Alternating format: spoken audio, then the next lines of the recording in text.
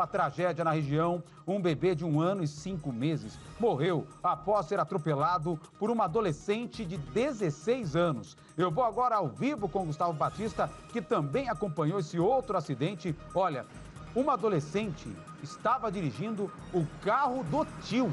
Uma adolescente, ou seja, mais uma imprudência que infelizmente custou a vida de um inocente. Gustavo, boa tarde mais uma vez, boa semana.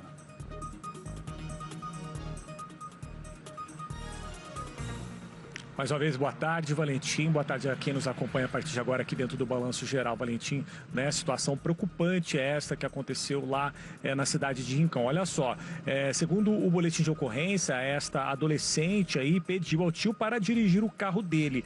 Ele permitiu e foi junto com ela no banco do passageiro dar algumas voltas aí pela cidade.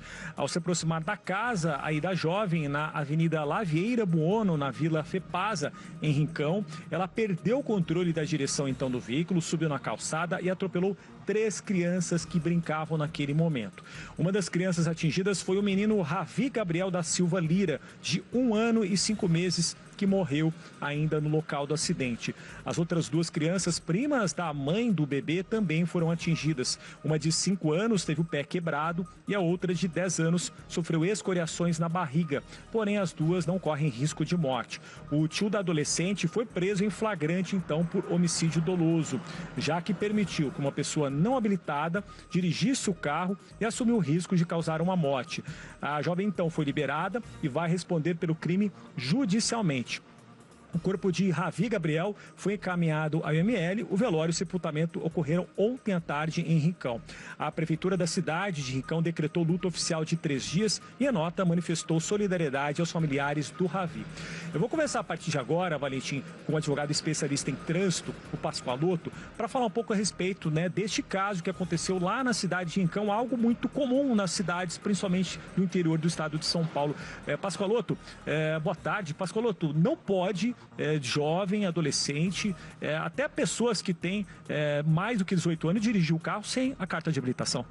Olá, tudo bem? Primeiramente, vamos entender da seguinte forma.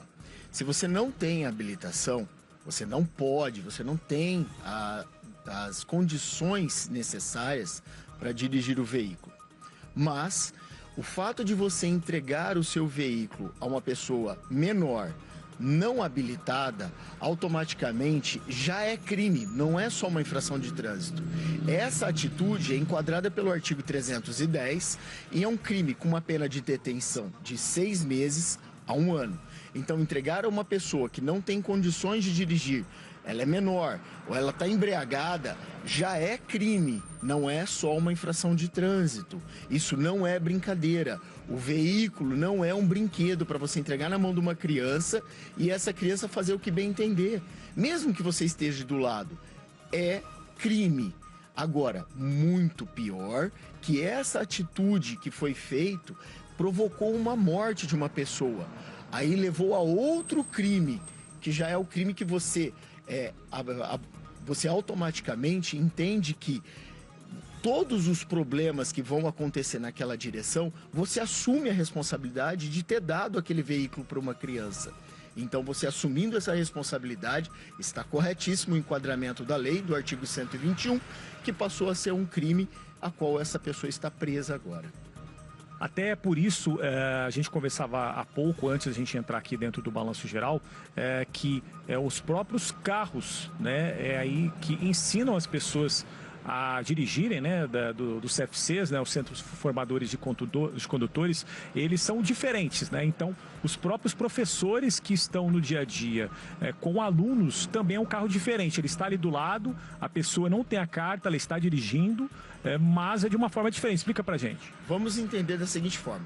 O instrutor é uma pessoa capacitada, que fez vários cursos e ele está capacitado para ensinar a dirigir.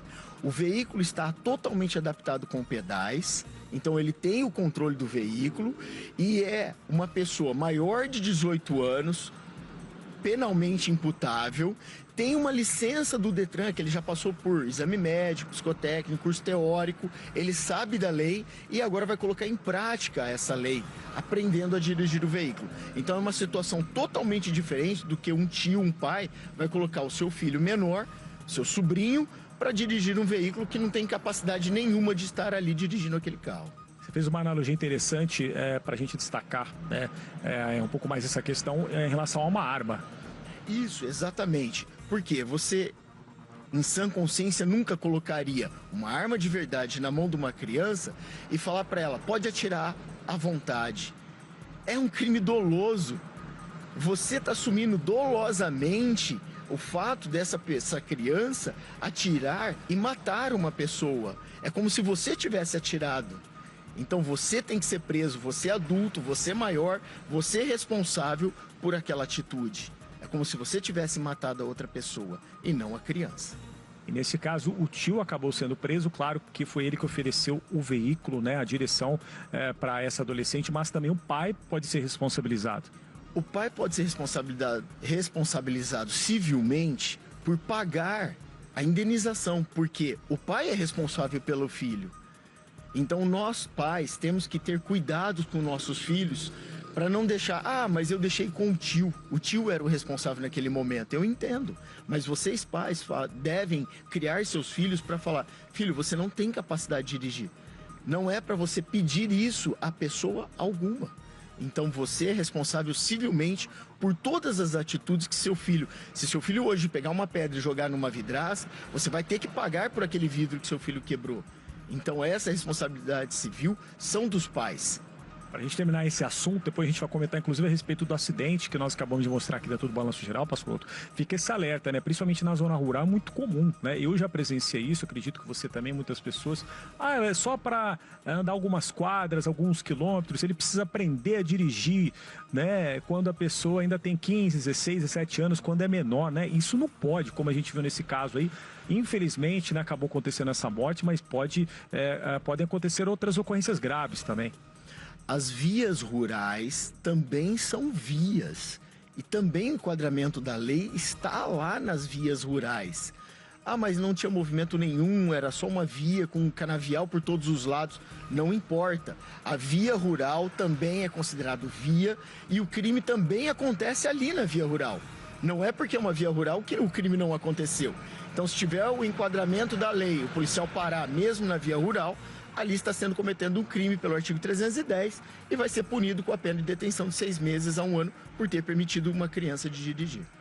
E como o Pascoaloto já disse, né, tanto em deixar dirigir, como também no caso, como aconteceu nessa ocorrência lá de Rincão, infelizmente, com a morte dessa criança, que é algo ainda mais grave. Eu vou aproveitar a sua participação aqui, a gente, inclusive, vai ver novamente as imagens desta ocorrência que aconteceu na manhã, né, desta segunda-feira, na região do Alto de Ipiranga, em Ribeirão Preto. A gente vê ali mais uma imprudência no trânsito, né? A motorista subia a rua Mato Grosso, não parou, né, com sinalização lá de pare, acabou atingindo o veículo onde estava esse motorista, que acabou aí ficando preso nas ferragens, descia ali a General Câmara, e a gente vê imprudência provocando um acidente. Neste caso não foi fatal, mas várias outras ocorrências desse tipo foram fatais. Está faltando um pouco de consciência dos motoristas no trânsito?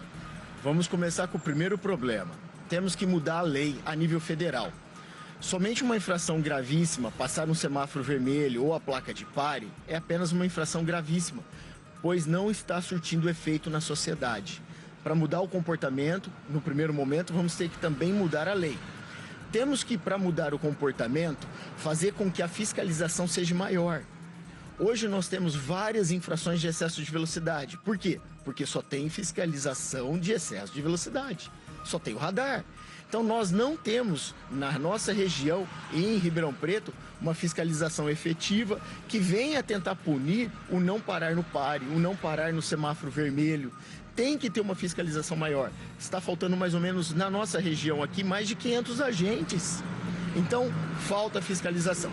Outra coisa, a fiscalização do pare e a fiscalização do semáforo, ela tem que acontecer parando o veículo. Fazendo com que a pessoa que não parou no semáforo ou no pare tenha consciência da sua atitude. Porque os acidentes dentro da cidade, eles acontecem nos cruzamentos, na falha desta legislação.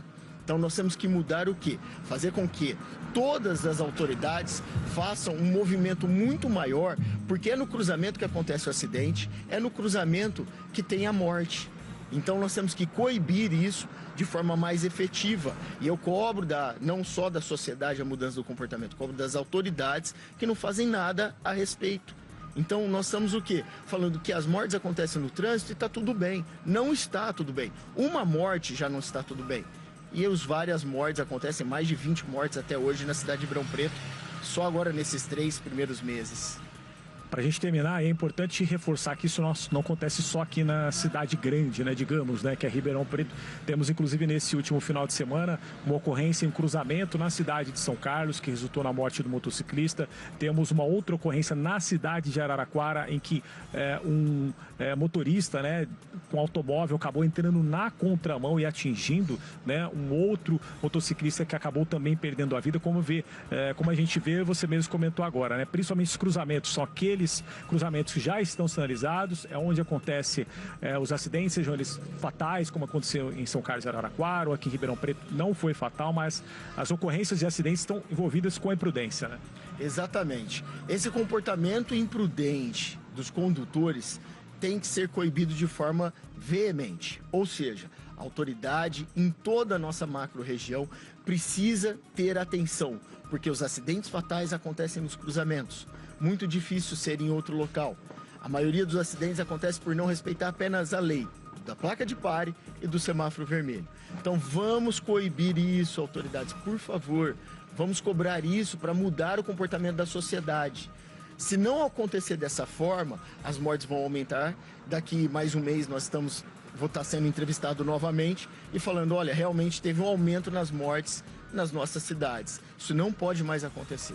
Muito obrigado, Pascoaloto, advogado especialista em trânsito, falou com a gente ao vivo aqui dentro do Balanço Geral. Valentim, fica um alerta, né? O pedido de atenção que o Pascoaloto trouxe para todos nós, né? Quem é motorista, quem é condutor do seu automóvel ou da sua moto, vamos tomar cuidado, porque nesse caso de hoje, né, o motorista acabou não se ferindo gravemente, mas como eu já disse, tivemos pelo menos 2 ocorrências de morte graves dentro das cidades aqui na nossa região, na região central, e já mostramos dezenas somente nesse ano, como bem relembrou aqui Pascoaloto, mais de 20 mortes no trânsito somente aqui na cidade de Ribeirão Preto. E é o que a gente sempre fala, né, Gustavo? Se você comparar as mortes no trânsito com as mortes causadas pelo crime, as mortes no trânsito em Ribeirão, em Franca, no Brasil, superam as mortes causadas pelo crime. Para você ter uma ideia, como o trânsito é tão violento, um dos mais violentos do mundo é aqui no Brasil. Obrigado, Gustavo. Agradeço também ao nosso entrevistado.